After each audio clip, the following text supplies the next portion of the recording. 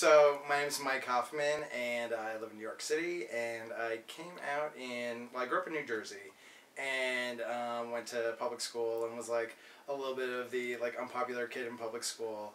And then I went to a Catholic high school, and that was actually ironically kind of a better experience because there were no girls there, and so the fact that I wasn't flirting with the girls or felt a little weird around them wasn't exposed every day. But it was sort of a jock school, and I wasn't a jock, so there were moments when I felt a little bit on the outside looking in. And then I went to college, and I went to Catholic University in the Northeast, and that was actually also surprisingly a good experience. And I guess my sort of official coming out story begins. It was sort of late. I guess it was my sophomore year. It was sort of the beginning of winter. It was a New England winter was setting in, and I was at this sort of fratty party, and there were these two guys who were kind of wasted, and apparently they had made this bet that they would make out if a certain song came on, and it was late enough in the evening that one of their roommates snuck over to the CD player, because we had CD players then, and put on the song, and everyone sort of erupts, and the two guys true to their words start making out. And everyone is sort of laughing at them, and they're sort of laughing, and it's this sort of frat boy, slightly homoerotic obviously vibe. But I remember being really moved by that, because I was oh, actually I want to do that. That looks really good, and that seems like a fun thing to do. And so I went home, and I was sort of depressed and sad that A, I wasn't making out with either of those two guys, and B, I wasn't sure how to do that, or how to start that happening. And so a couple of weeks and months went by, and it's now it's in sort of New Year's period, and I'm on a ski trip with again some college friends, and we're in Montreal for a night out on St. Catherine Street, which was very fun. And we go into this bar called Winston Churchill's, and I still have the matchbook because I kept it. And kind of at the bar, I was standing next to my friend Jenny, and I turned to her and I was I think I have something to say, I'm definitely gay.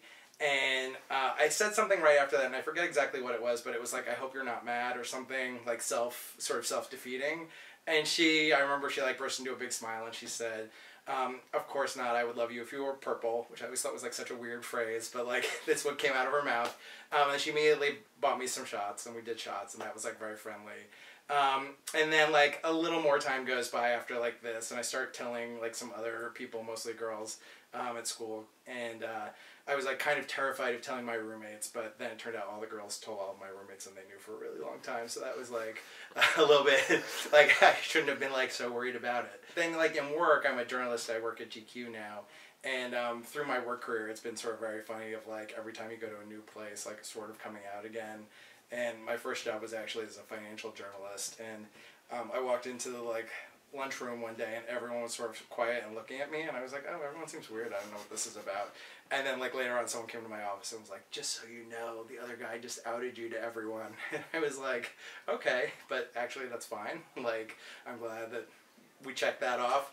And then actually one of the older editors who was had been in the Navy came over and was I'm gay too. I came out 20 years, 20 years late in my career, and I was amazing. And so he and I became friends, which was funny. And then now I'm a volunteer and on the board of the New York City Anti-Violence Project, which is an organization based in New York City that also works nationally on advocacy, providing social services to LGBTQ people who have been the victims of hate crimes or intimate partner violence, or sexual assault, or even stuff like hookup crime, which happens a lot now.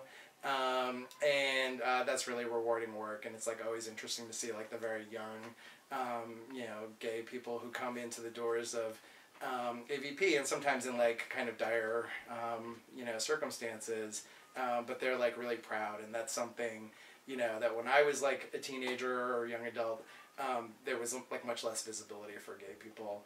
And so it's really important to come out and to tell your family and to tell your friends, and to be visible, so that everybody knows that we're all here.